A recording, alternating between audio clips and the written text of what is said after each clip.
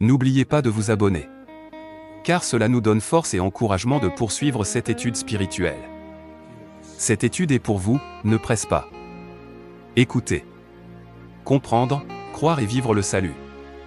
Bienvenue dans cette étude biblique. Aujourd'hui, nous allons parler d'un sujet central de la foi chrétienne, le salut en Jésus-Christ. Beaucoup de personnes se posent cette question essentielle, comment être sauvé? Que signifie vraiment croire en Jésus-Christ? Le salut est-il seulement une promesse pour l'avenir, ou une réalité pour aujourd'hui? À travers la parole de Dieu, nous allons découvrir que le salut est une œuvre accomplie par Jésus, reçue par la foi, et visible par un changement de vie. Prenez le temps d'écouter, d'ouvrir votre cœur, et surtout de laisser la parole de Dieu vous parler. 1. On est sauvé par Jésus-Christ. Voici, je me tiens à la porte, et je frappe. Si quelqu'un entend ma voix et ouvre la porte, j'entrerai chez lui, je souperai avec lui, et lui avec moi.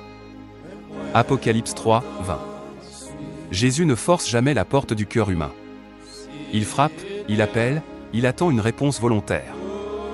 Le salut commence toujours par une invitation divine, suivie d'une décision humaine. Exemple, le geôlier de Philippe. Le geôlier demanda à Paul et Silas: que faut-il que je fasse pour être sauvé? Actes 16, 30. La réponse fut claire, simple et puissante. Crois au Seigneur Jésus-Christ et tu seras sauvé, toi et ta famille. Actes 16, 31. Le salut ne s'achète pas. Le salut ne se mérite pas. Le salut se reçoit par la foi en Jésus-Christ. Lisez 1 Corinthiens 15, 1, 4. Jésus-Christ est mort pour nos péchés, a été enseveli, et ressuscité des morts.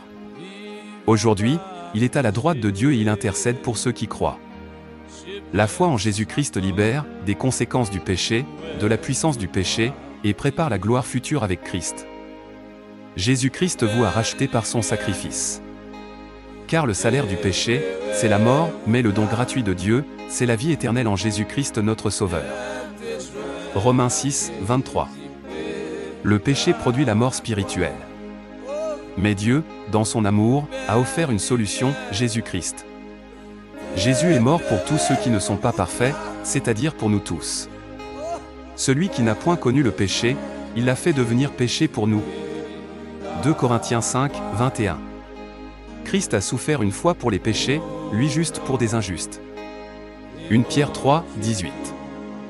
Jésus a pris notre place. Jésus a porté notre condamnation. Jésus nous a ramenés à Dieu. La mort de Christ avait été annoncée des siècles à l'avance par les prophètes.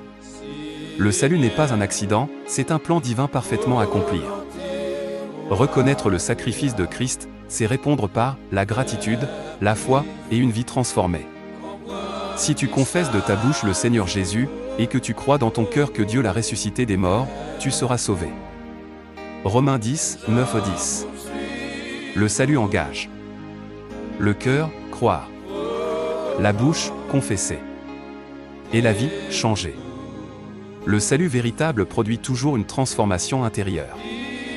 Jésus disait: repentez-vous, car le royaume des cieux est proche. Matthieu 4, 17. La repentance, ce n'est pas seulement regretter, c'est changer de direction. C'est se tourner vers Dieu. Le temps appartient à Dieu. Mais le présent est entre nos mains. Le royaume de Dieu est déjà accessible par la foi. Et encore à venir dans sa gloire parfaite. Si vous n'avez jamais expérimenté le salut en Jésus-Christ, accompagné de la paix dans votre âme, ne prenez pas de risques. Le salut est une œuvre de Jésus-Christ, un don gratuit de Dieu, une décision personnelle.